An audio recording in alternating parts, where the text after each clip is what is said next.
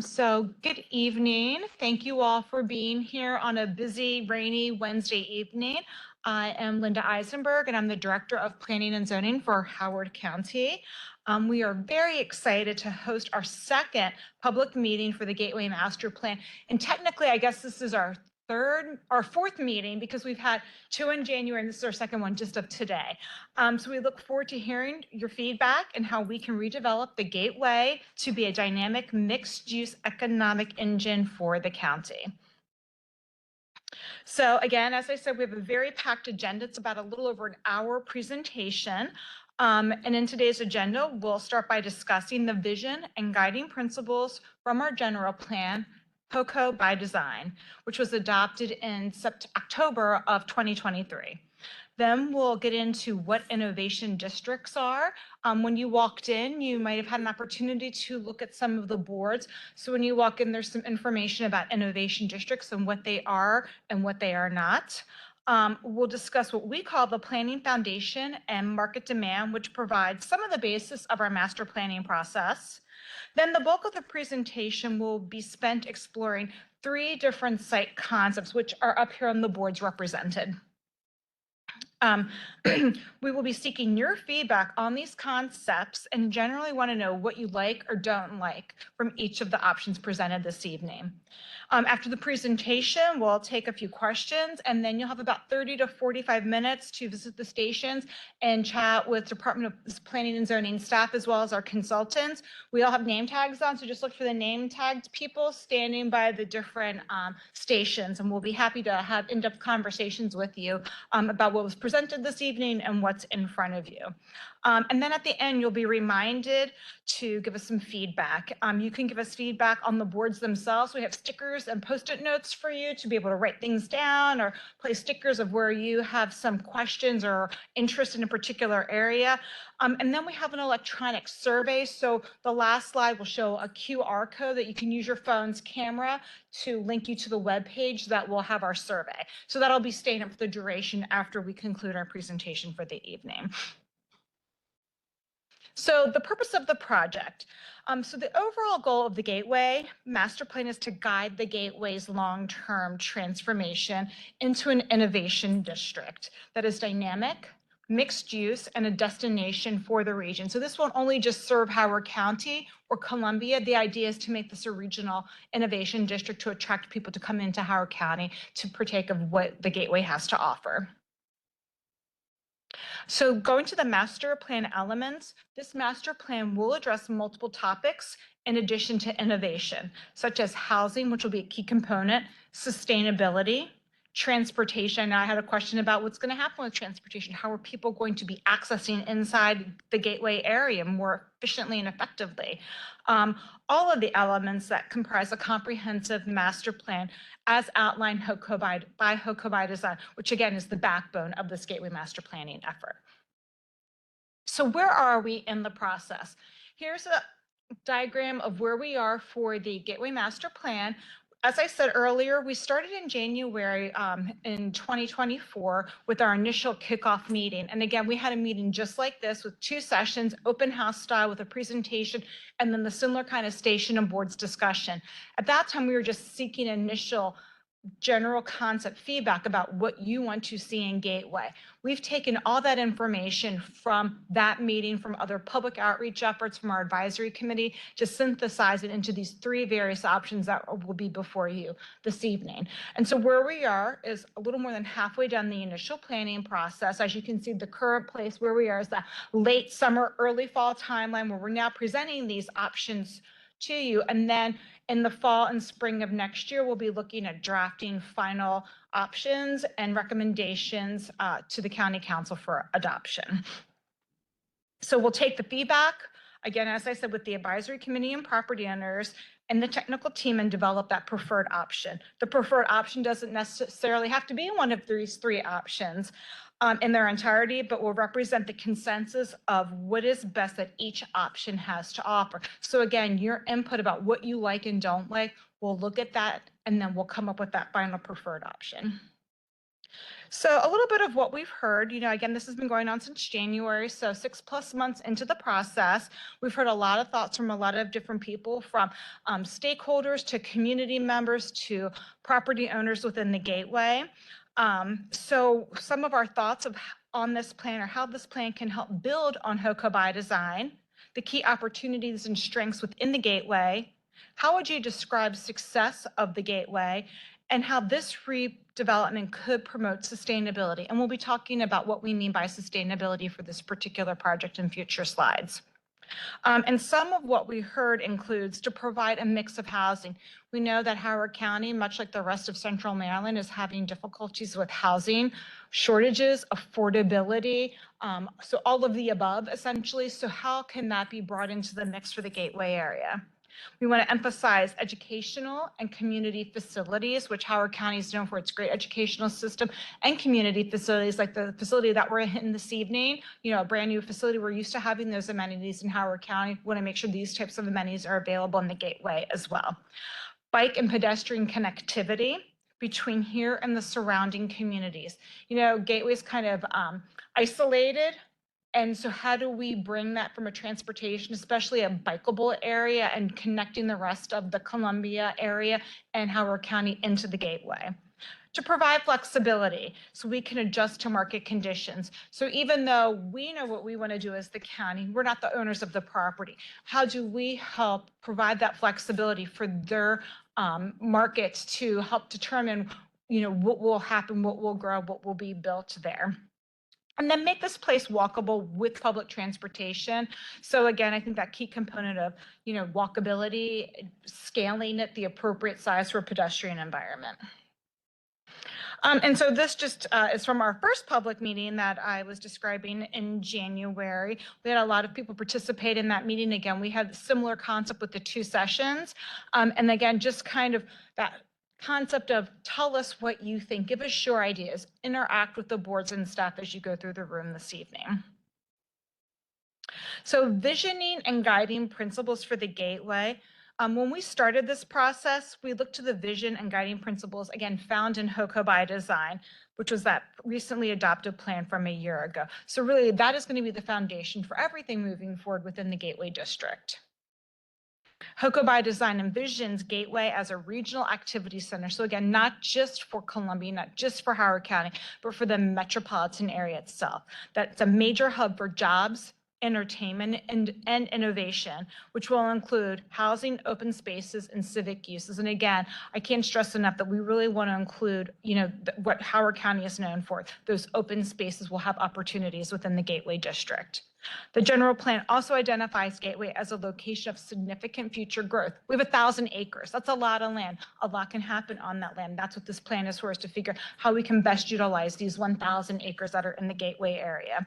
And the plan recognizes it's not going to happen all at once. Just because we adopt the plan in the spring of next year and we may move right into implementation, it's not like it's going to be built within the next year or next 5 years. We're looking at this as a decades-long approach to completing the Gateway area.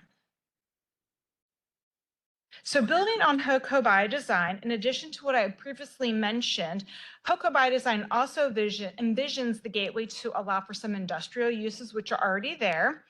And can provide support for employment opportunities. We want these uses to coexist with the future redevelopment of Gateway. So we're not saying, hey, everyone go away. It's not like we have this green field. We understand that this has already a lot of development on it, a lot of industrial development. How can we incorporate this new vision into what's already existing in the Gateway area? It suggests that the public realm be used to organize future development. That means creating a framework for community gathering spaces. And we'll talk a lot about that framework within the various options. And green design that can improve environmental conditions while reducing carbon footprints. The more that we can consolidate development, the more that we can eliminate the impervious surface or minimize the impervious surface that is there, reducing the ability for people to drive and giving them the option to walk will all go toward that effort.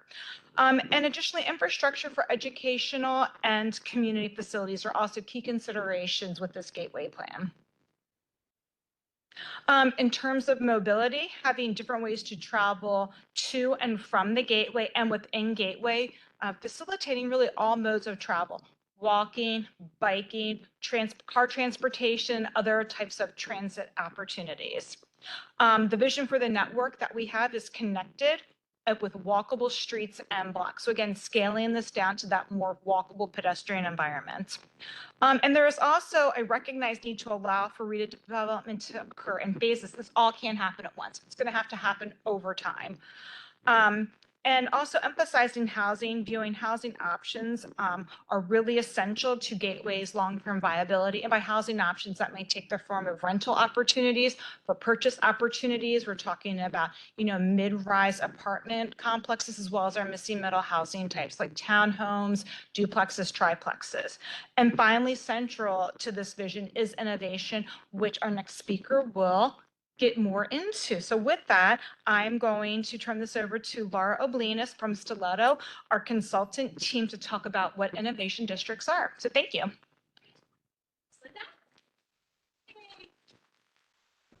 Thanks, Linda. Great to see everybody this evening. My name is Laura Oblinas, as Linda mentioned, and proud to be part of our consulting team. Stiletto Make a Point is my firm, which I started, and I've been working in this space for about 20 years.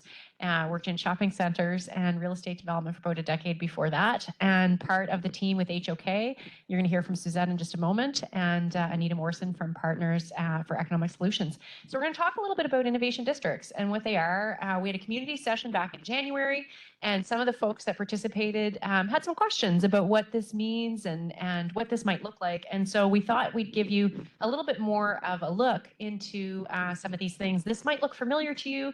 There's a couple of boards in the room. Happy to answer any questions that you might have once we go through the presentation. We'll be sticking around for a while. But ultimately, you'll see kind of in the left column the business park and the typical innovation district. And what we're working with here with the Gateway current site is really a business park. It's a traditional industrial park. So that's going to talk a little bit more about sort of the vintage of some of the buildings back in dating back to the 1970s. So some are prime and ready for some redevelopment. You'll see a lot of industrial uses, commercial office uses, some biking trails and walking trails, and some intentional development. But in an innovation district, what we see in these that have evolved over the last probably a decade or so throughout the United States and in other markets globally is creating a mixed use environment with some of these assets that we've had in our community that have these massive amounts of land.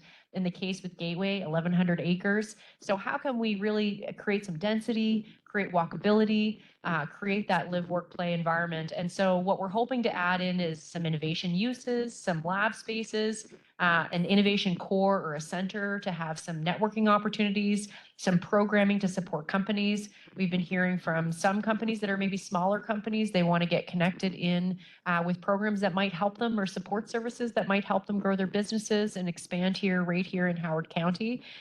We're also looking for connecting with academic institutions. There's not one academic institution in the Gateway right now, but you have many that are in and around the area that we think that we've been having conversations with that are very interested in participating in this initiative. We would normally see an overarching marketing and promotions campaign. So having this as a narrative to share with businesses that may be interested in locating here and giving more employment opportunities for young professionals that are coming out of their degrees and programs in various colleges and universities around the area. We would also see focused tenant recruitment. So recruiting companies, helping to support the companies here and expanding and staying, but also other companies to come into the area. And we're also considering the mixed use around housing and retail to create sort of the environment where folks want to come, not just come and work, but come and stay. And then multimodal connectivity to surrounding areas, which Suzette's going to talk about in her presentation. So really what we're looking at is combining and creating some magic with the land and facilities, but adding in components that you'd see in an innovation district like programming and some of the other elements I mentioned on the slide. We have a short video we're going to show you in just a second as well that might help give a little bit more color to what we're trying to achieve.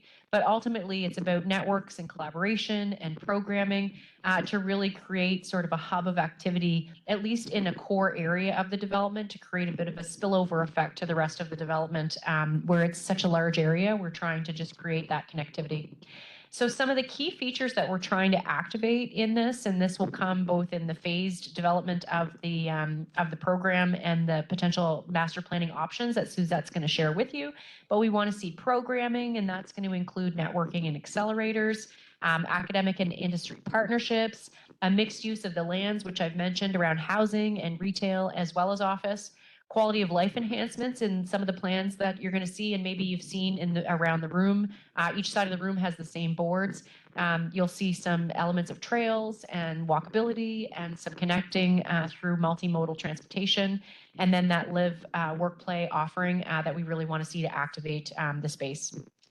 And why these communities of innovation matter, as I mentioned, we've been specializing in this space for about 2 decades, and it's really about accessing resources, helping to commercialize new research discoveries, building that thriving talent pipeline for emerging industries. There's lots of really great things happening in your community around cyber and defense, and helping to be able to understand and communicate with traditional industries on incorporating things like AI to help their businesses be more efficient and manage the workforce shortage, to be able to create even more value jobs within their organizations.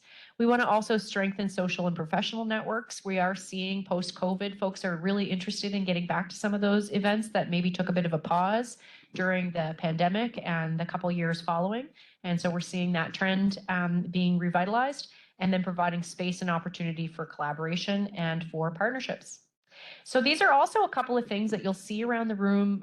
Once we've gone through the presentation, we'll be at the boards. If you have any questions, we're certainly happy to answer those. But this is just showing, these ones went on a timer for some reason.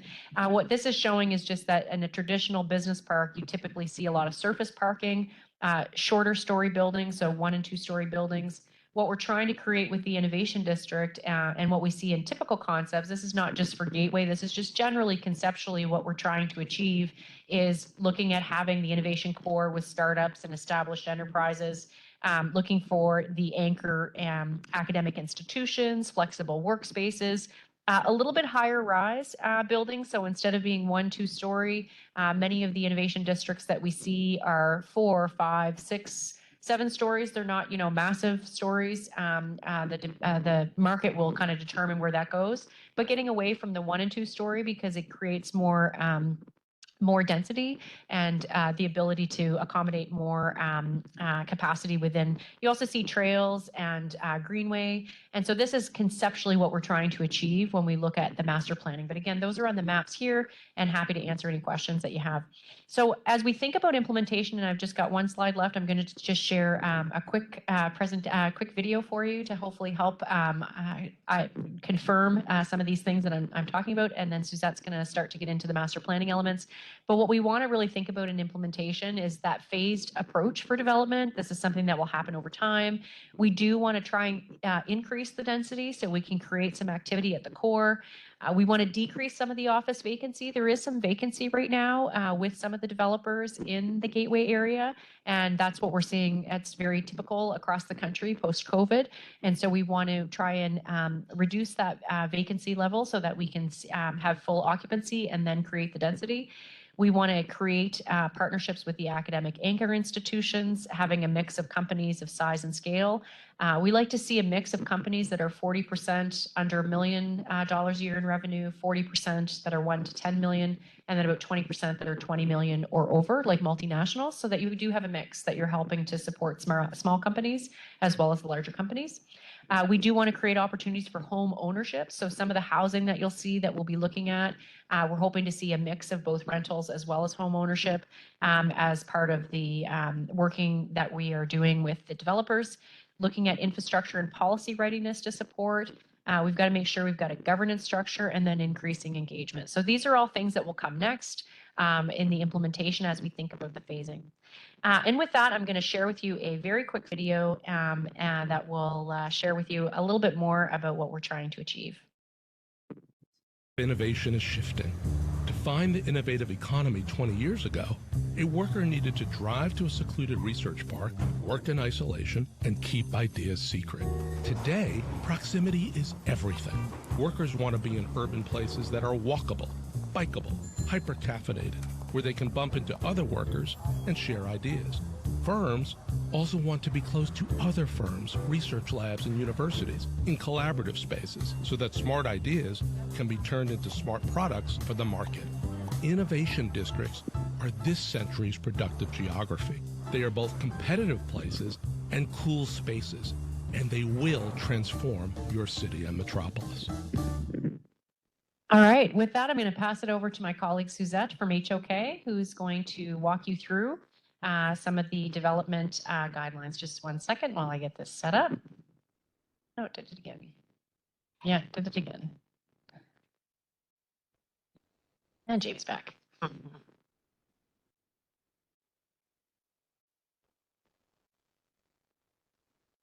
No worries. Excellent. Thank you. Hi, how's everyone tonight?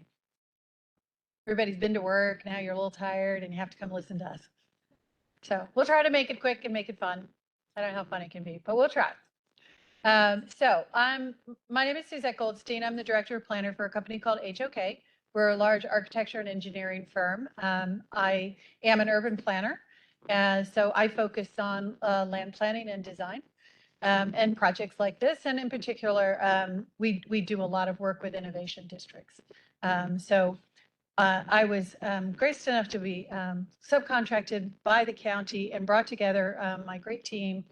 Stiletto Make a Point, because of their expertise, is internationally renowned for knowing exactly these innovation districts. And only Laura could find such a great video that would tell us about it and so succinctly and what it means. It really kind of puts a point on it. Anita Morrison, who is helping us with our local market studies so that we can understand what the potential is in this particular market. Anita's been working in the Washington metropolitan area. We've known each other for probably 30 years, so nobody better. So with those introductions, forgive me if I'm taking too much of your time, but let me get right into it. So our process is, because I'm a planner, planners always start with process. We like our processes. And our process always starts with really understanding what we're trying to design for. So what's our problem statement and what's the area that we're trying to design in? So we kind of start by understanding this place and by understanding this site. So I'm going to take you through some slides first that kind of talk about what we've learned, and I'll try to kind of explain why we cared about those things, because it impacts the way we start to think about design. And then we're going to go through some of the options that we're currently considering. None of these options are done. They are just that. They are options. There are things you will like about one, and things you'll like about another, and things you'll hate about one, and probably something you'll hate about another. Our ultimate preferred option we will create in our process after this will be option 4. It won't be anything you see today, but it will be a conglomeration of the things we've heard, the things we've learned, and how we put all those together to create an option to move forward with in the county. So don't be shy about telling us afterwards what we can improve on. So I'm going to start to kind of just give us some context, and here's you are here. So everybody knows where they are, right? Y'all made it here, so you must. Who in the room has been to Gateway ever? Has everybody drawn? Oh my gosh, everyone in the room has driven through this place. So, okay, so I'm going to tell you some factoids about it that you probably don't know, that you can't see from driving through it, because those are the things that kind of start to influence the way we think about planning for the site. And I'm also going to tell you some things you already do know. You know how important this part of the world is to the Washington metropolitan region.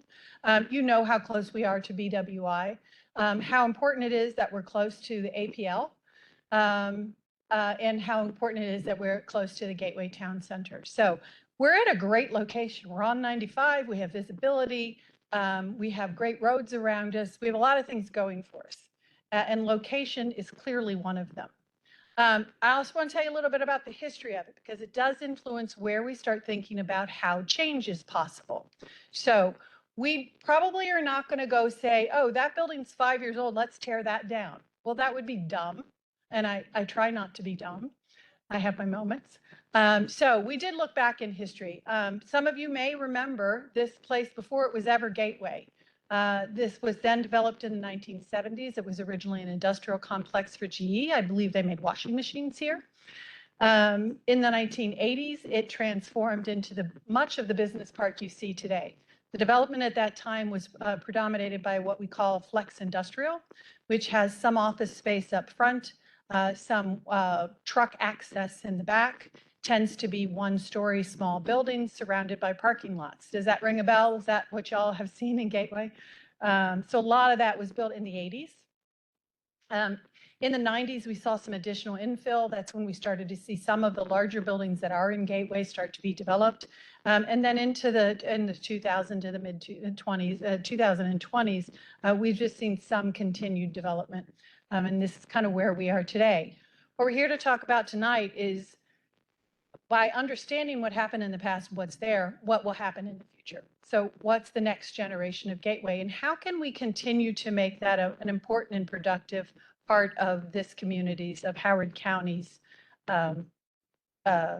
employment and community and residential community. Some things it wasn't before and some things we think that it can be.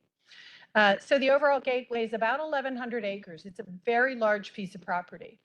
Laura talked a lot about innovation districts. A typical innovation district is about 200 or 300 acres. So Gateway's 1,100 acres. That's a lot of land.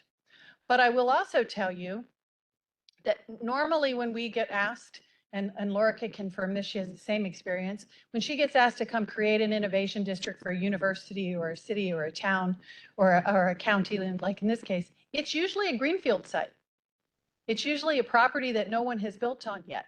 So one of our challenges in thinking about development here is that most of this land is already covered in something. Very much of it parking lots, very much of it existing buildings. And we're going to talk a little bit more about some of those things. Another challenge. I'm going to start with the challenges, and I promise it'll get more optimistic in the end. But let's start with that. There are 140 different pieces of property within that 1,100 acres. So this patchwork you see up here is a challenge. It means that we have to have consolidation of land to make big moves. We have to wait on incremental changes to happen. But we have to have a master plan in place that is approved by the county as the guide for that incremental change. That's the downside. The upside of that is most of that land, 70% of those 140 sites, are owned by a relatively few owners. So there are a number of multi-owner parcels. So, you know, like you can see the yellow on here, everything yellow in here is one owner. Everything, I don't know, turquoise in here is another owner. So you can see that this patchwork doesn't mean I have 140 owners to deal with. So we have a few consolidated ownership. That helps a lot. The existing land use, we still have some remnants of that 1975 industrial construction. They're used as warehouses now. You see those in dark purple. We also have a number of those flex industrial and other industrial. That's probably the majority of the land. And then we have some vacant space. Actually, I have another slide for that, so we'll move on. We looked at what kind of buildings we are. What we're looking for in all of this information is, where do we target change? Where do we target redevelopment so that we can meet the aspirations of the HOCO by design to create a different kind of place here, more employment opportunities, more residential opportunities. So all of these little bits of the puzzle we're pulling together to understand the place well enough so we can start to think about what and where and when.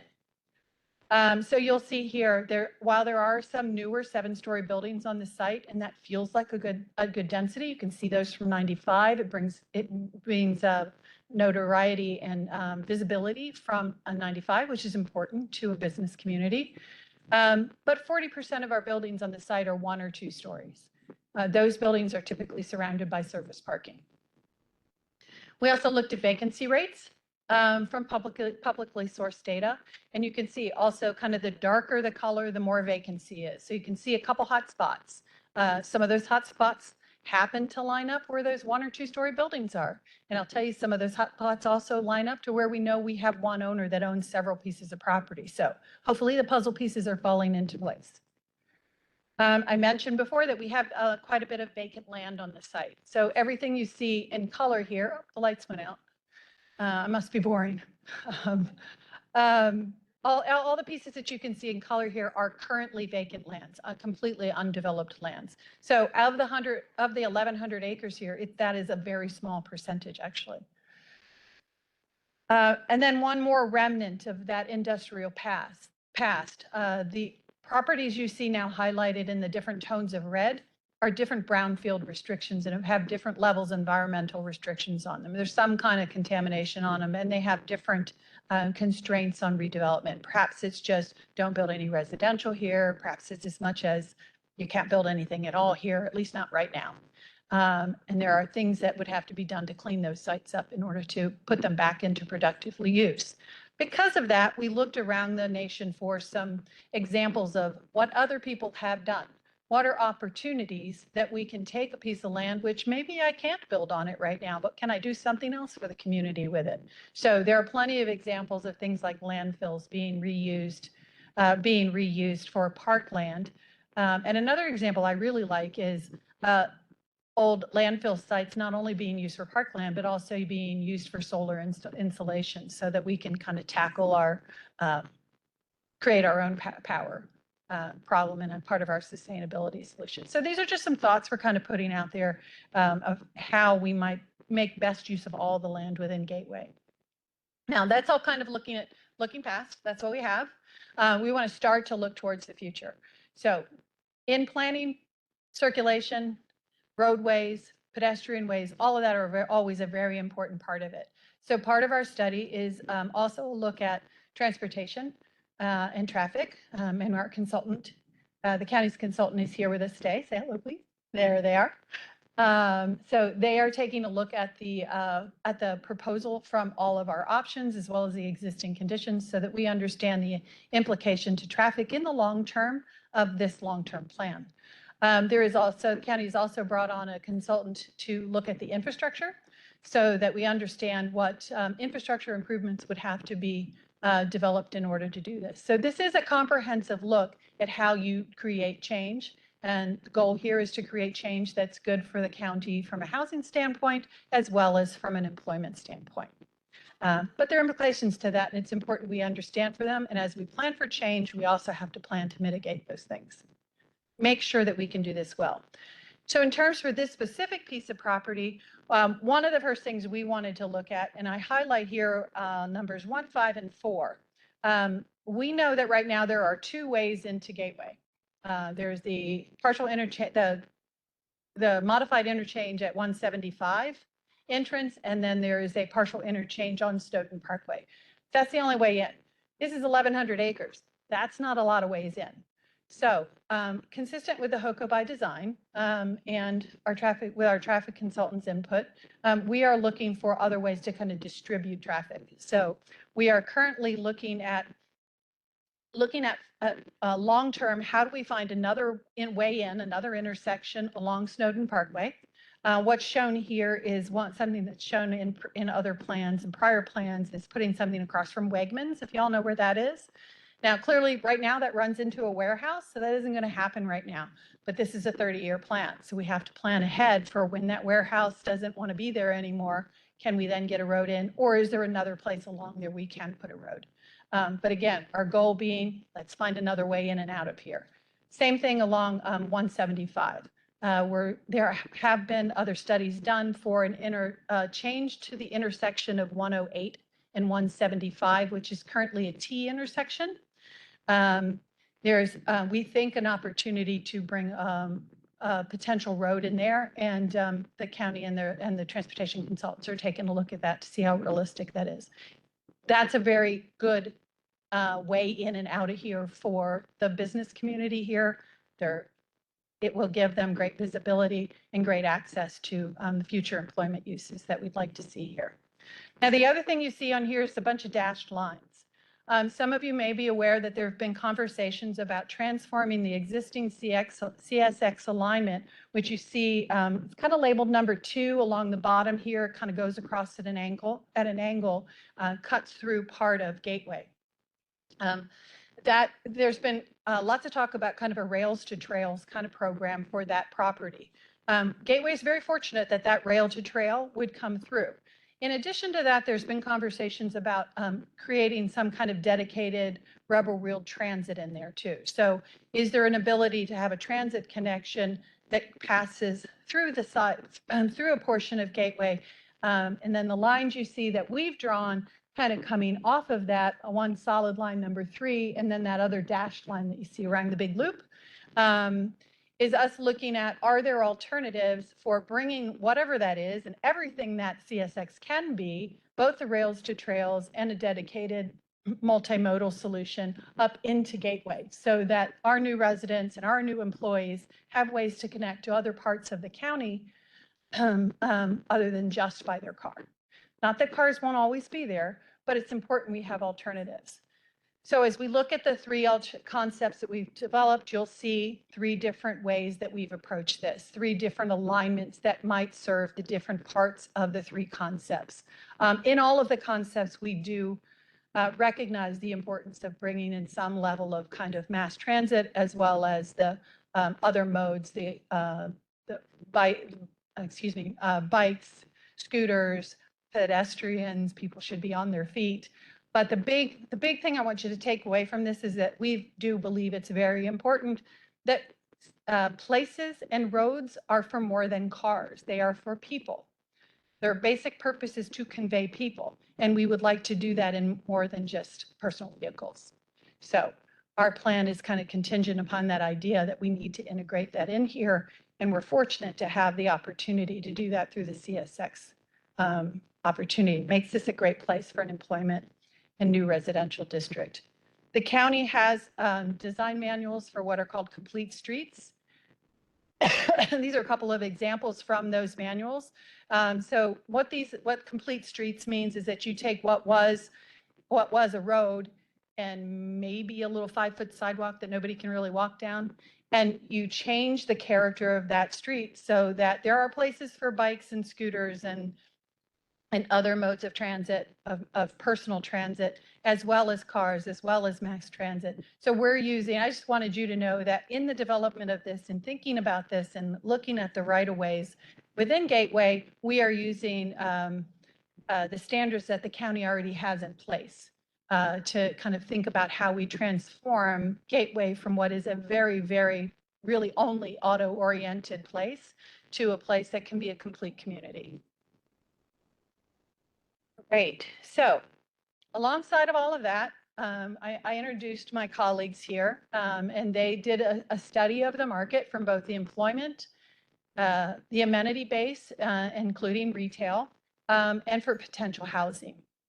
They did a study of what, as far out as they can forecast now, and I don't know who said this before, but nobody can know for sure what's going to happen in 10 years or 20 years or 30 years. But we can look back at the past and understand the marketplace here. And we have folks that understand the industry as well as our regional market that have helped us to develop a program for our look ahead for this master plan.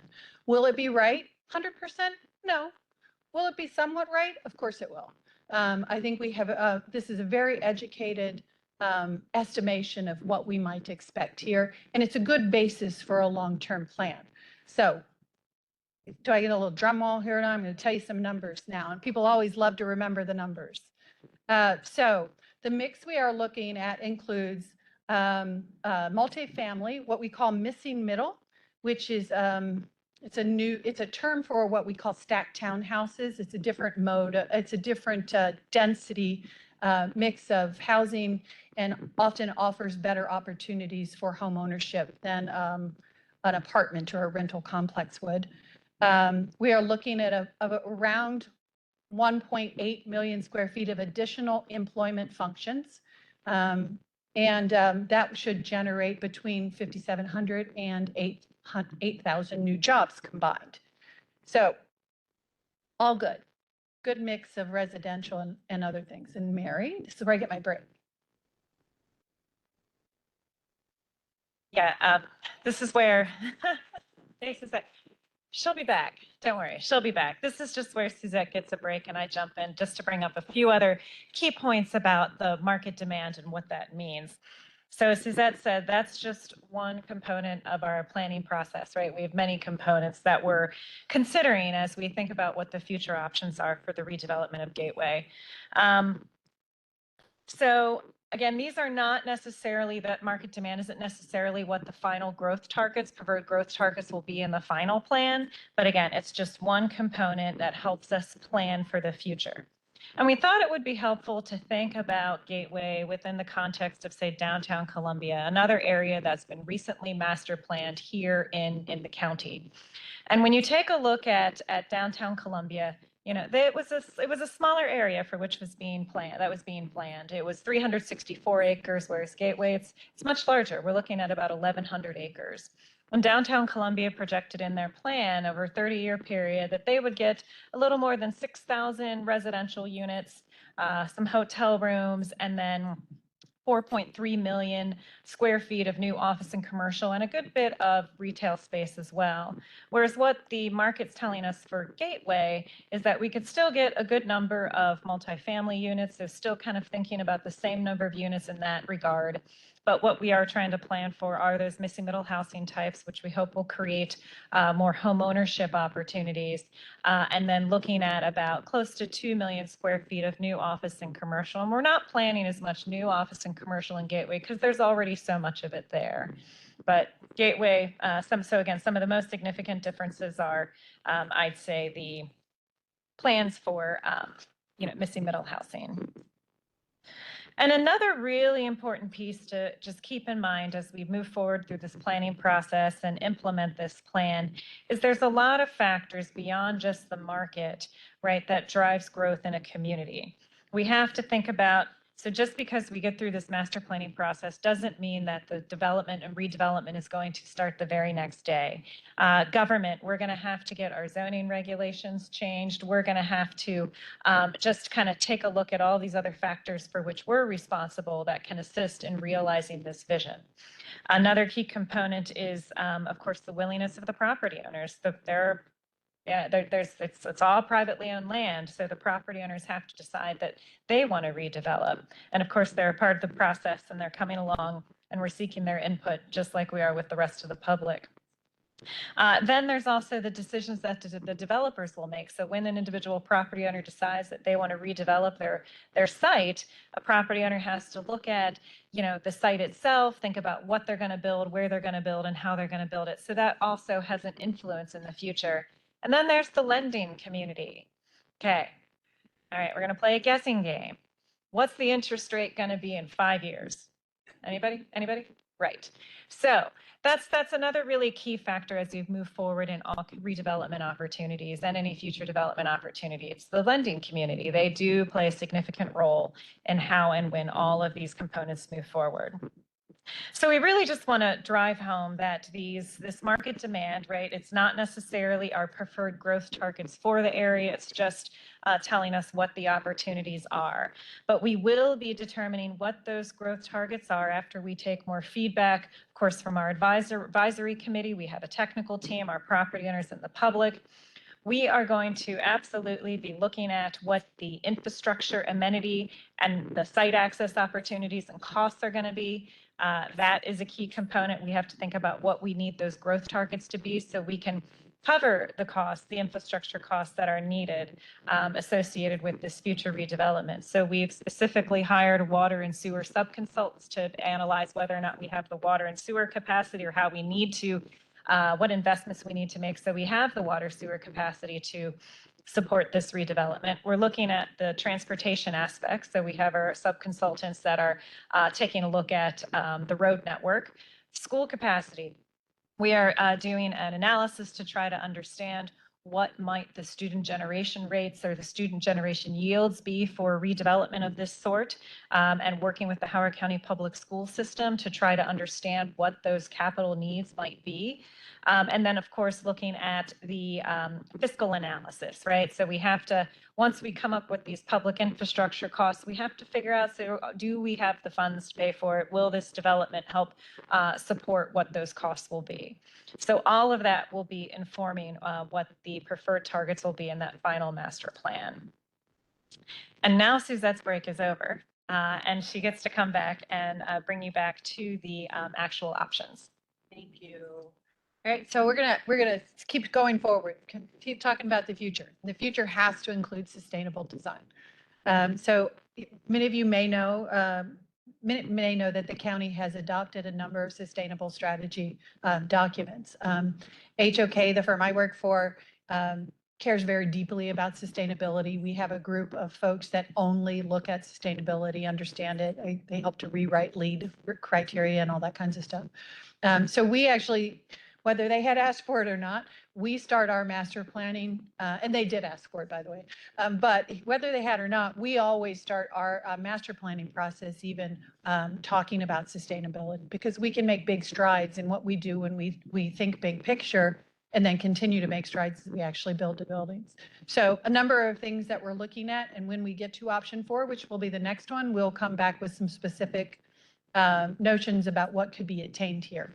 Now, how much solar is possible here? How much energy can we generate on this site? Not that I can guarantee it will happen, but I can put out those targets to set goals for things like decarbonization and resiliency, understanding what the opportunities are here, so those opportunities can be incorporated into the plans as we go forward. So with that pitch, I'm going to dive headlong into the options. Did y'all get an opportunity to walk around and look at the board so you have some kind of sense of what's out there? So we did develop 3 options. The first one, sorry, I'm telling you where we are again, just in case you forgot. But the 3 options are basically how do we organize that program that we talked about, the potential for new development in Gateway? How do we organize that in a way that makes sense and creates community here instead of the business park that we have now? So much of that is about how we organize around public space. What kind of land uses will support the vision that we've put together for what this place can be? And what kind of public amenities and public spaces will help to generate the kind of community results that we want. So 3 options, starting with what we're called the VUNF, and we'll get into that first, the town center, and one that we call the nodes. And let me just dive into those. The VUNF is it's a fun word to say, but what VUNF basically means is it's a pedestrian first kind of street. So in this option, we found a location within the core of Gateway that you see illustrated here by yellow that provides a consolidated public space in the core of Gateway. So y'all told me that you've driven around Gateway. Do you know where the center of Gateway is? Can you think of one landmark in Gateway? Did you know there's a Dunkin' Donuts there? Okay, that's our landmark. Well, that's a shame. That's not a community. Come on. That's a strip center. All right. So no, I'm just trying to illustrate the point. Community is more than just a consolidation of a bunch of little buildings. Community is places where public can gather, where there's social amenities that are equitably distributed and available to different people for different functions. Different people for different functions. I mean, during the day, we've got a lot of employees here. You saw the kind of numbers we're talking about new employees here. Well, what brings those new employees? New employees want places that they can gather where they can get a cup of coffee. What did you call it? The highly caffeinated population. I love that. But they want those kind of amenities.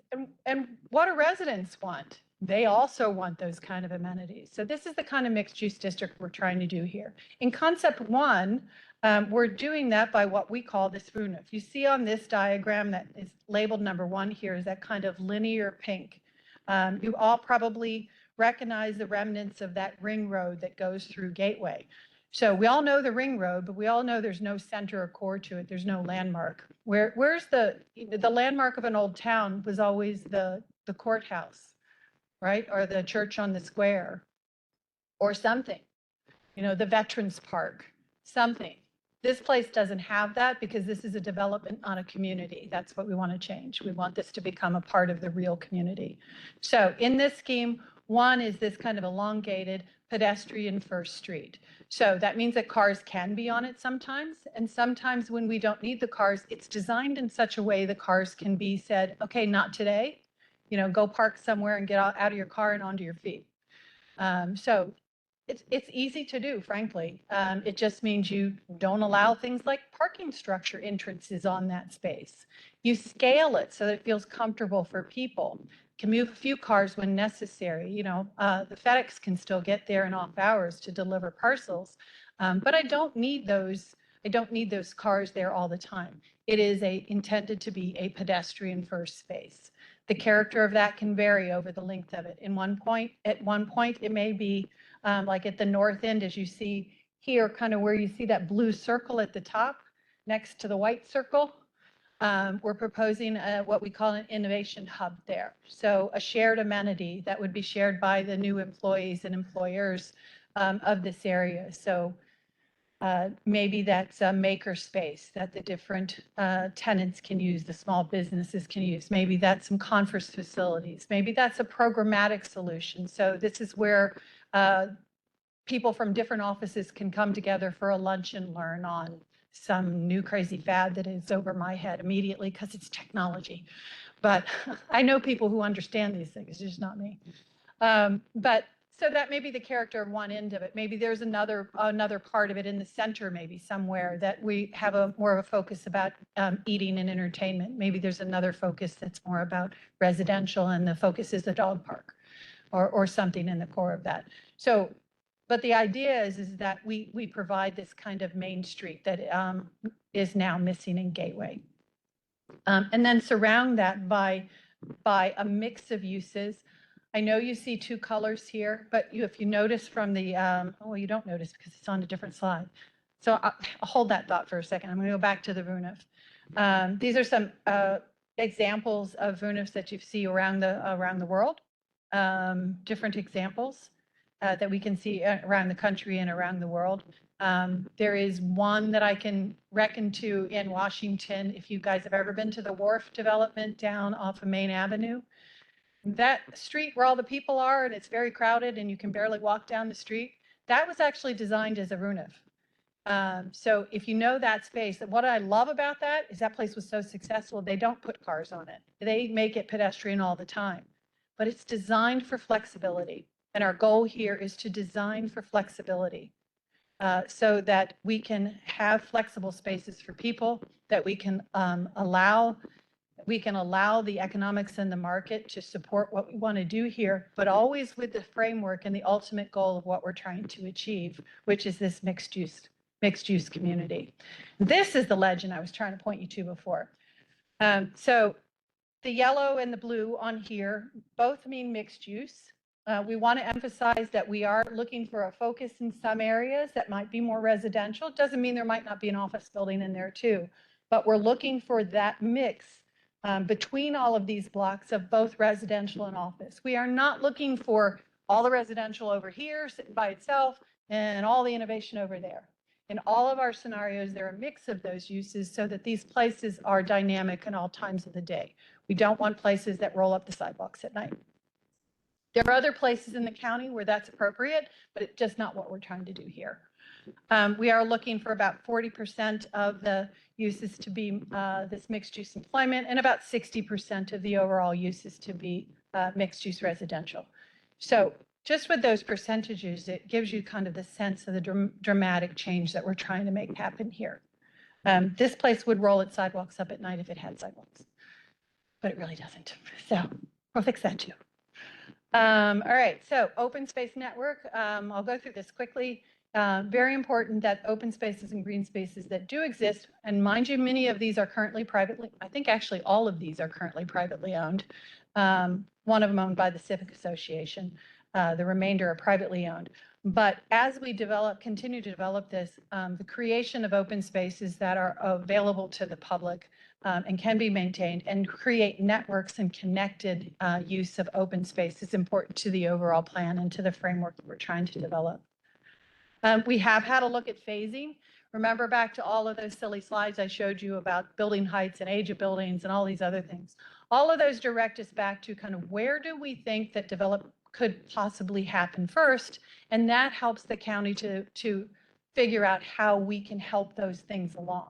What we don't want to happen is another little building, one little building over here and another one over there and one over here. That is not going to get us to our goal in a timely fashion. What we would like to do is to motivate change in chunks at a time so that when something happens, it's noticeable, you understand it, you can see it, you can feel it, you know that something has changed here. And then from that core, we can build. So in this diagram, in this alternative, The areas shown in here in red are the areas that we've kind of are suggesting might be able to happen first. Some vacant land, it's some land around the innovation hub that I talked about. Some opportunities that give high visibility for change and the creation of a new environment here. And then we can kind of spill out from there and continue. If we look overall at kind of the three-dimension, the massing of what we're talking about, these are the same numbers I talked about before. Total add of about 10 million square feet, including some removal, and this includes the residential numbers. So this is a dramatic change, but I'm not talking about Manhattan here. I'm still talking about mid-rise buildings. So instead of 1 or 2 story buildings, maybe we're talking 5, 8, 10, maybe a few a little bit taller. I don't think as a planning team we have an issue with a little bit taller in some of those locations, as long as the public facilities are satisfied. But generally speaking, we're talking about increases in density that are more than manageable. All right, and because we're planners and designers, we couldn't help ourselves. We said, all right, well, our program only needs that front area there. Oops, I'm really glad there's a lid on that. Excuse me. We only need a portion of that 1,100 acres to get to what the market is today telling us our 30-year plan should be. However, there is other land there, and we wanted to kind of illustrate for you that in the long term, Howard County is trying to protect other portions of the county by providing employment and the kind of resources that you need in consolidated location, which I think is a very smart plan. There are opportunities here well beyond the 38, well beyond what we can see now as the market for the next 30 years. So we've kind of illustrated this here, that this could be transformative over the long run. A couple of aerial views of, on the left, you see what we kind of are envisioning that phase 1 might be. So we start with a landmark building, which you see kind of highlighted on the right there. And sorry, this is just a massing, it's not architecture. But the idea that is that if we can make small changes, they can have big impacts. So one of the problems in Gateway is you never know where you are. There's no there, right? Nobody can tell. So can we start that Vroonhof in a place where we can put an iconic building, a little piece of architecture that becomes a little jewel that people say, oh yeah, you remember that cool little building? That's what I get. I get that. That's part of it. So iconography is very important to an understanding of identity and branding, but it also has a function. The Maryland Innovation Center, which is just across from the street from here, does amazing things. I mean, the programs they do for incubating new businesses in Howard County is really very cool. They have the ability to expand, we're told. So perhaps this is something that would be helpful to them. But our goal as an urban design plan here is to bring that kind of iconography to this plan, so there's that recognizable moment that says, okay, people are trying to do something different here. This is not every other business park. This is something special. So, okay, and then we talked a lot about that Vroonhof. So here's an artist's rendition of the kind of character we envision here. A little bit more dense doesn't have to mean sterile. It can still feel green. It can still feel lush. It can still feel like an inviting place. The future of transportation is yet unknown, but one thing we do know for sure, it's changing dramatically. So we do kind of envision that we will have autonomous shuttles taking people from place to place. We already see in a lot of places the propensity for scooters and Lime bikes and all of those things. And they really are changing the way that we think about transporting ourselves from one place to another. It's become more personal. So we have all those opportunities, and the Vroonhof is the right forum for that.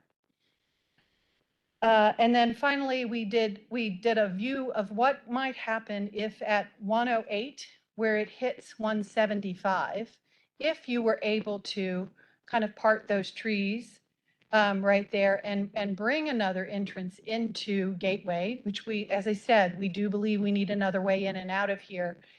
What does that do for us? Do I actually see anything? And I think the answer is yes. You see a luscious, beautiful green Gateway with a backdrop of activity. activity that's promising to businesses that encourages them to want to build here. Everything we're doing is trying to figure out how to encourage business to thrive here. So a little artist rendition of what that might do. All right. I'm going to keep going. I promise I'll be a little quicker now. Once I get through the first one, the second two always go a little faster. 10 more minutes. I did it last time in 10 minutes. Okay. So option 2, the town square.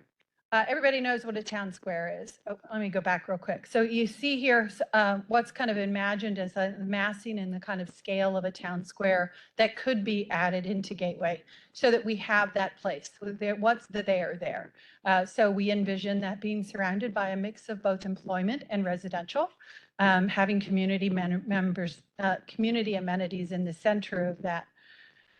For the overall concept plan, where you see the number 1 in that red is the location that we're proposing for that town center in this scheme.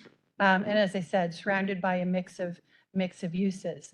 This is targeted in properties that we know are under ownership that are interested in change over time, and avoiding some owners that we know are not interested in change right now. So all those early studies feed into how we developed these alternatives. A few examples of scale of some local examples. Rockville Town Center. This is the one I got wrong before, sorry. This is the Meriwether District, so you can see the scale of this and that you all know very well in Columbia. These are kind of the precedents we use for how big should that town square be. It actually doesn't want to be too small, or you don't find it, you don't use it. And it doesn't want to be too big or you feel lost in it. You know, it's like being on the National Mall. Is that a comfortable place to hang out and have a cup of coffee? Not really. It's grand, but we don't want grand here. We want town here. Some more precedents on the end. I wanted to emphasize here the importance of kind of programming a community here. This is Rockville Town Center, and they have a very active Parks and Recs department. And they use this square winter and summer for any number of community events. It's very well activated. It has nice retail around it and lots of residential around it. Okay, program very similar. All of these could have exactly the same program, but because they are a look into the future, you'll see some slight changes if you really study the numbers here. But basically, we're trying to do the same thing. And we're trying to get to about that 60-40, 65-35 split between employment functions and residential mixed-use areas that you see here on the plan. I should have mentioned here, I talked before about that idea of the multimodal path coming in, and that would be integrated into the roadway system, into current right-of-ways, and you see that shown here. This is the farthest stretch one, I will admit. The farther we take a multimodal path off of the CSX, the less efficient it is for them to operate rubber-wheeled transit on the CSX. So where exactly that alignment would end up, to be known for another day, but we wanted to show how different alternatives for that alignment could impact proposed development in this area and how they could be incorporated into an overall plan. So this is the longest of those. You see that with the blue line on here, with a very important stop at the heart of our mixed-use district right at the town center. Again, the parks and open spaces should be a connected network. The roadway system can be part, if they're done as complete streets, can be part of that connective tissue that connects the open spaces and provides sufficient amenities to this part of the community. And then looking at phasing, we would encourage the phase 1 to be around the development of that town center so that we can create our there and then let development grow from there. So when we start looking at implementation strategies, we'll be looking at that. I would note, you'll see on here some red in the kind of lower corner down there about where Lifetime Fitness is, if y'all know where that is. There are some property owners there that have given encouraging signs that they are interested in some redevelopment in those areas. So we think that actually might be a good place to satisfy some of the current housing needs in the county. So in a number of our schemes, you'll see that we've included some of those areas in phase 1 because there is an opportunity for a quicker input. overall, kind of looking again at that density, you can see those warehouses compared to what we're planning to do, but you can make it out even in this view that how important that town center is and the focus of concentration and density around the town center. And then again, looking at beyond that 30 years, could we imagine what this place would look like in 100 years from now? So we're setting up a strategy that can be expanded over time and into the future. Will it ever happen exactly like this? Probably not. But can we leave the potential open for planning it for future generations to accommodate what the needs are of the future as well? Artist rendition of what that town center might look like. It's a nice scale, not too big, compatible with the kind of scale of buildings that we envision happening around it. And then here a view into the park and how we would use green space to kind of bring us off of that 175 entrance road where you come in. How then do I find the town center from there? And we can use that system of open spaces to kind of bring you into that. Option 3, nodes.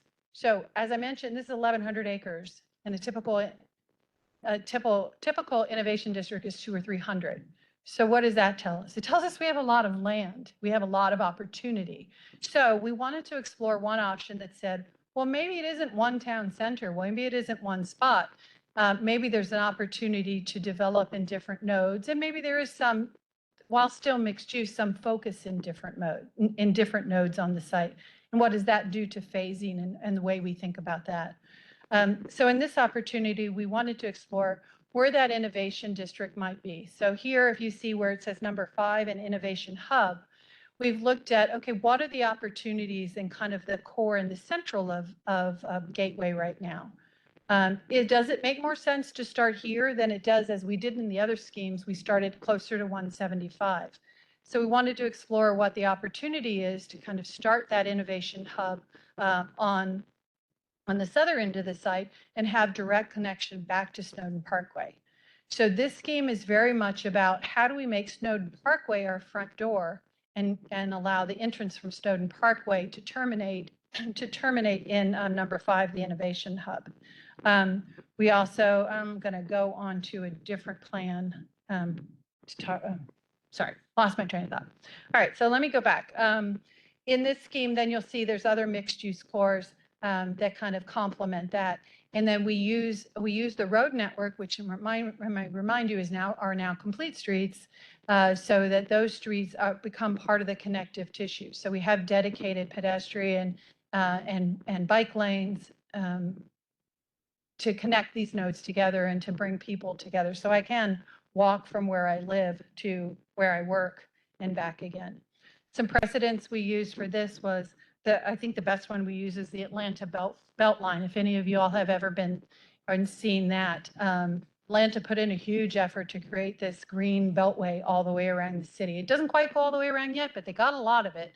And what you find on that is our nodes, hubs along the way where it has spurred changes in redevelopment. So one of them may be completely mixed use. One of them may be some mixed use, but a focus on residential. Some may be more mixed use with a focus on different employment uses. But they have used that as kind of this framework and this spine to connect development together. And it's really changed the way people live where they're connected to that. It's increased property values. It's had a tremendous impact on mobility and property redevelopment in Atlanta. So we have the opportunity to do that at a smaller scale, obviously, in Gateway, but it's a good precedent and a lesson learned. Again, we're looking at 40%, about 40% employment, 60% residential mixed use cores. Where you see blue on here and where you see yellow, those are still all intended to be mixed use and with some flexibility. But we are looking even more so in this plan than some of the others. We're looking at how that mix, where you see the concentration. Remember where I had my number 5 bubble before? This one is focused a little bit more on innovation mixed use there, so there could be some residential in there. And then we look long-term at what if the strip center that you see on Snowden Parkway, what if that began to change over time? What might happen there? There are some empty pieces of property on one edge of it that can be the starting point for that. And then does that grow over time and allow that to change into being more of an incorporated part of Gateway instead of the strip center there, Gateway here? And how can we use that to connect back to Snowden Parkway and create a new front door for Gateway? This is the open space diagram, but I will also draw your attention to the blue line on this one. This is one of our shorter routes for a proposed mass transit and connection back to the bikeway trail. That would be on the CSX trail. It can get us to the heart of the residential mixed use core as well as to the heart of the employment mixed use core. From a phasing standpoint, I mentioned there's some vacant properties behind the retail. So because they're vacant and we have an owner that may be interested in redevelopment. So we've called those out as an opportunity for a phase one. And then also, is there an opportunity? We believe there is an opportunity for a phase one kind of creation of that innovation hub. And I'll show you some little images of what that might be in a moment here at the end of as a terminus to the roadway coming in off of Snowden Parkway, so that we create that kind of aha moment there. So we use an iconic building to create a moment there where we know we're at the heart of things. Long-term planning, still have the opportunity to feed off of those ideas. Okay, these are actually the drawings that I wanted to talk to. So on the left image, you see Robert Fulton Drive and where it hits Columbia Gateway Drive. Right now, when you enter there, you see a sign for two little buildings and a parking lot. Terminuses of one street to another are a great opportunity for visibility and to create a corner expression. If you create something there, it becomes notable. That can be that landmark building that people remember. If you have ever, I'm sure most of you have seen pictures or been to London, they're great about every major street in London terminates in some cool old building, right? I don't know why they did it that way, but it's lovely. We have an opportunity to do that on a very different scale here. I don't know why I brought up that London example. I'm sorry, I'm getting tired, I guess. Anyway, at the terminus here, we have the opportunity to create that innovation hub, and we actually can fit it in now. We've talked to those landowners. They didn't say no. So we're excited about not being told no. And over time, with the right incentives, then the opportunity to build around that. So we start now by creating an identity, and we create that little iconic building, and then build off of that over time to create that kind of mixed use core. Here's an artist rendition of what that might look and feel like by changing Robert Fulton into a complete street that allows for people, not just cars. It allows for multimodal future transit, allows for bicycles and other things. And by bringing buildings to the street and creating place, we can create a very different kind of dynamic in what is now Gateway. And with that, I'm going to turn it back over to Mary to wrap it up. Probably talk for more than 10 minutes. I'm sorry. All right, almost done. Okay, so next steps are, so one, we're going to give you the opportunity to walk up to these different boards. They're the same on either sides of the room. So if you'd like to give us your feedback while you're here on different elements within each of the site options, we're here. Let us know what you think. Another option is to scan a QR code that'll be up on the screen momentarily. And that takes you just to pretty much the same survey, but you can just do it online. If you choose to go through the online process, please make sure you give us your feedback by September 22nd at midnight, because then we'll close the survey. And then we'll be coming back out to the community. So we're going to take all your feedback in addition to feedback from property owners at the advisory committee and develop what we call that preferred option. So we'll be coming back sometime around the end of this calendar year to share where we landed. So with that, does anybody have any questions for us? We've got a few minutes for questions. All right, and then we've got Jeff coming around with the microphone. Well, we're trying to. We got two people back there. One gentleman behind you stood up, and then there's you. We can record it. You guys did a great job. Really appreciate it. You laid this out in a way that we all can now ask informed questions. I'd like to preface my question with, I've been fortunate enough. I worked for 5 years in the Gateway Loop in the early 90s to mid 90s. Before Robert Fulton was actually open. So it was only one way in and one way out, right? So I also had an opportunity to work in Gateway at its peak when Merkle and Oracle and Leidos, they were all booming. So at that point, our employees, many of them were coming from the DC area, right? So we were always wondering if they would, I guess this question is for our colleagues here to the left, whether it's being considered to have an offshoot from 95, right? Because if we're looking to do a T into 108 into Gateway, it's still funneling all of the traffic onto 175, which is already a little busy, right? So many of those employees coming from the DC area are for the tech companies. And I'm sure some of our midterm folks that you're talking about, younger homeowners, would be looking to come from that area as well, Silver Spring, Montgomery County, and the like. So I guess I'm wondering if it's considered, other than the path to 108, whether you're considering something off of 95 between 32 and 175. Thank you for that question.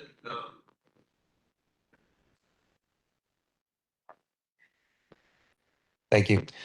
Thank you for that question. From a transportation analysis standpoint, we're currently in a phase where we're gathering data and kind of building out a model so we can take a look at what the traffic demand is. I'm a county resident, so I'm aware of the situation you're talking about. And certainly I think at this point, not going to preclude anything.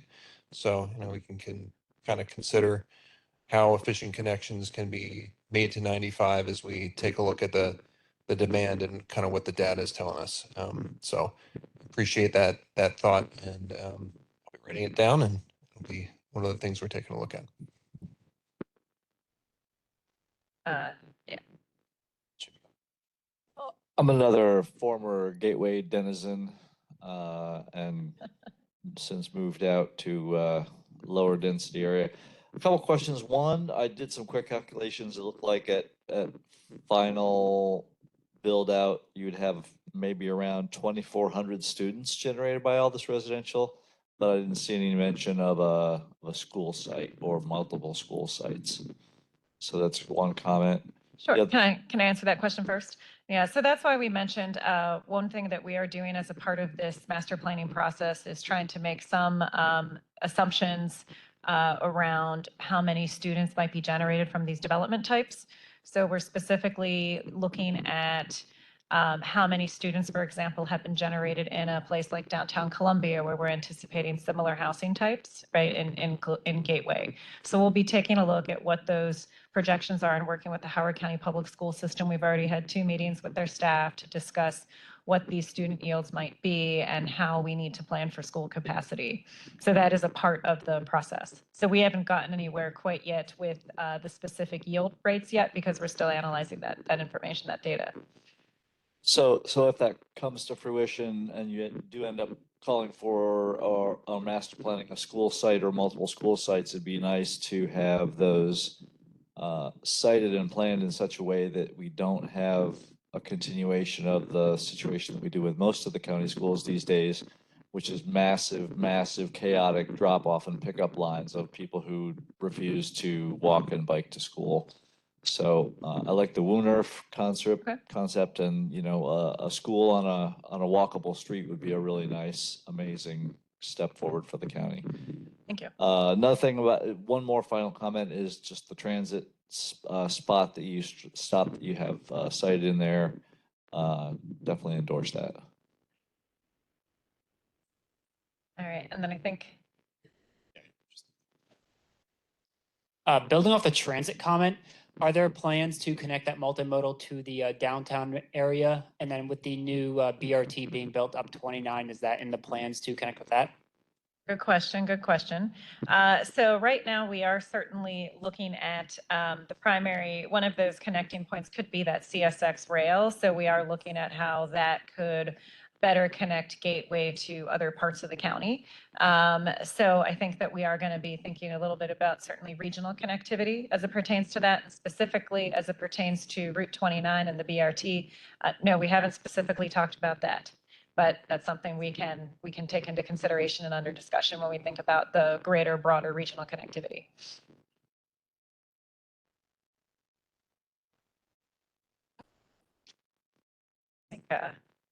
Is that, oh, we got one over here. Okay. Yes, sir. Question. Somebody.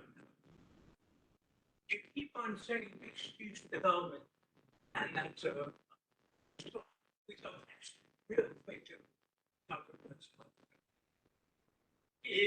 Do we know the density of office work that would support restaurants and other office retail, and the density of residents, the supermarket and pharmacy?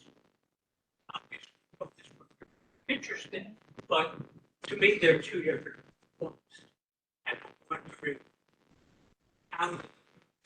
how densities would, what the retail, how would respond to it.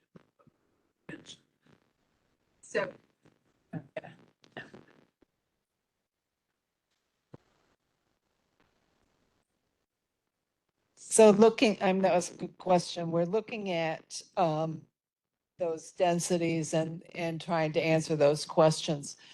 We think this is not probably a grocery store kind of location. You have just a massive amount of retail in all the areas around, so with Wegmans and Costco and everybody else. So it's probably more local residents serving, more restaurants, more services rather than the grocery store.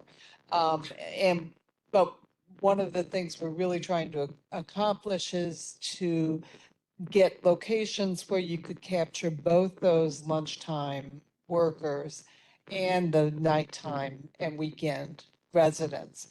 That's really what's missing now to make those restaurants viable. Right. So. Yeah, and that's why the mix of uses in each of those proposals are really kind of scattered throughout the site, trying to encourage daytime workers and then the nighttime residents, which hopefully will overlap a bit, but trying to create spaces and retail, address their retail needs, address both their retail needs. Okay. Okay, I have a comment with some context and a request. I do some volunteer work and engagement with the community of residents that struggles with housing and income. And I think from what I've seen that this plan, this concept provides us with some unique opportunities we can extend to that community for them to be included in their own economic development as well as the county's overall. I would ask to be somewhat involved in those discussions, to be able to contribute to that and to open the idea up to the room as well. That's it. Thank you.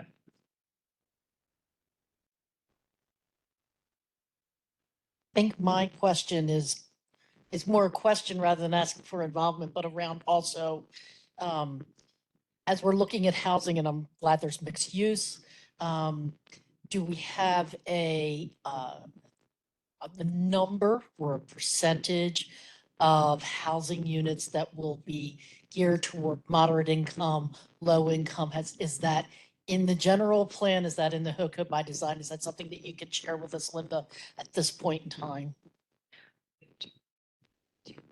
So yeah, so as stated in the general plan, we are looking to identify ways that this would create affordable housing options, right? So multi-generational options. So this area would absolutely be expected to comply with the moderate income housing unit requirements. And then the extent that there could be more opportunities beyond that will certainly be considered through the planning process. But we see opportunities for that here, absolutely. I would just echo what Mary said, you know, our code allows for a certain amount of moderate housing. And so we can, obviously we'll continue with that and there might be other opportunities to incentivize additions. So yeah, that's definitely forefront of this plan. Anybody else? Oh, that gentleman, about that gentleman and then Brent. Okay. Yeah. So my name is Hal Kassoff. I was born and raised in New York, so I know what high density is. And as you've said, this is not going to be Manhattan. We've lived in Columbia, which has a medium amount of density, typically actually lower suburban type. So this is an elevation of density, but still in a medium level.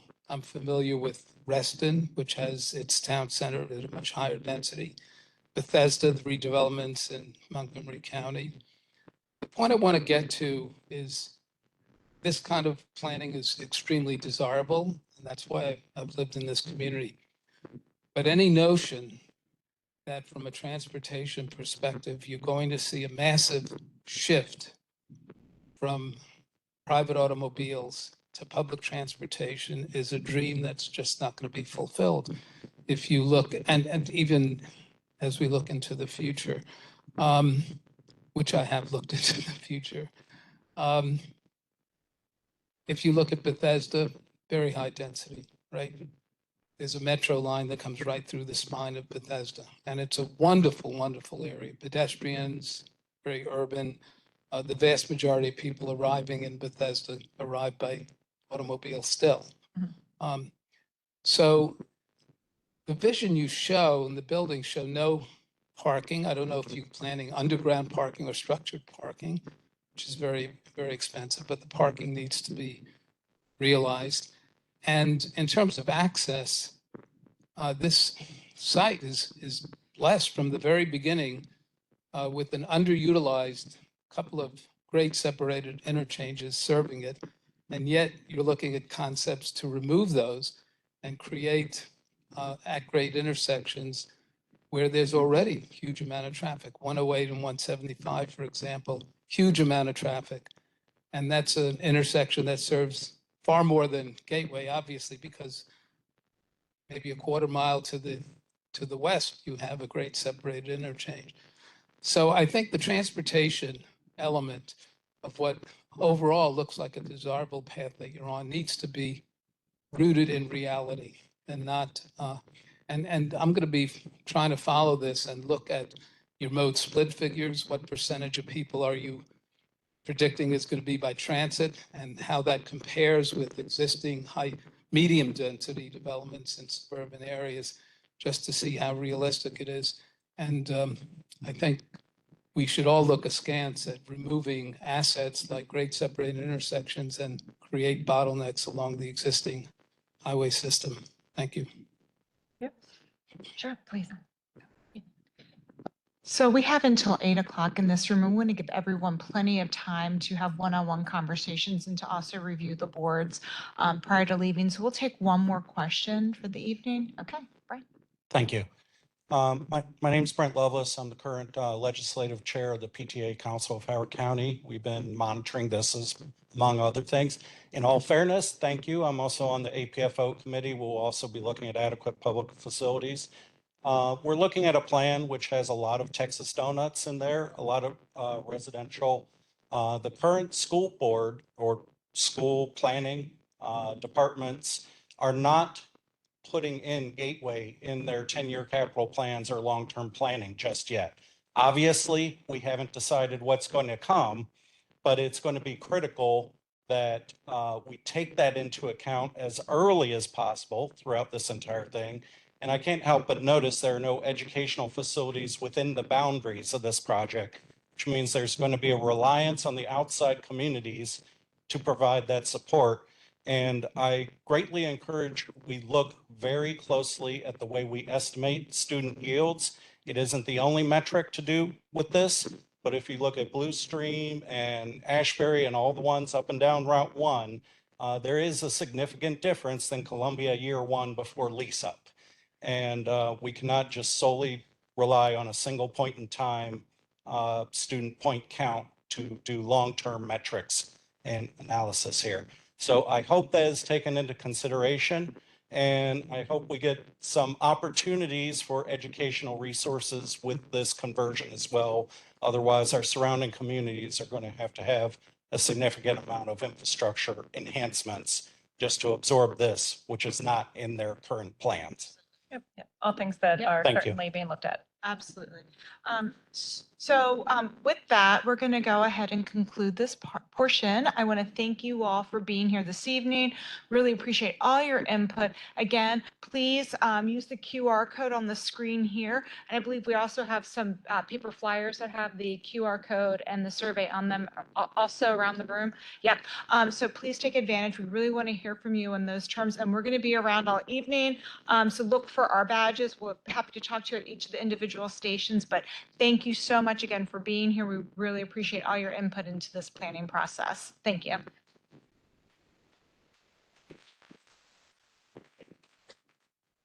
I'm gonna let you. All right.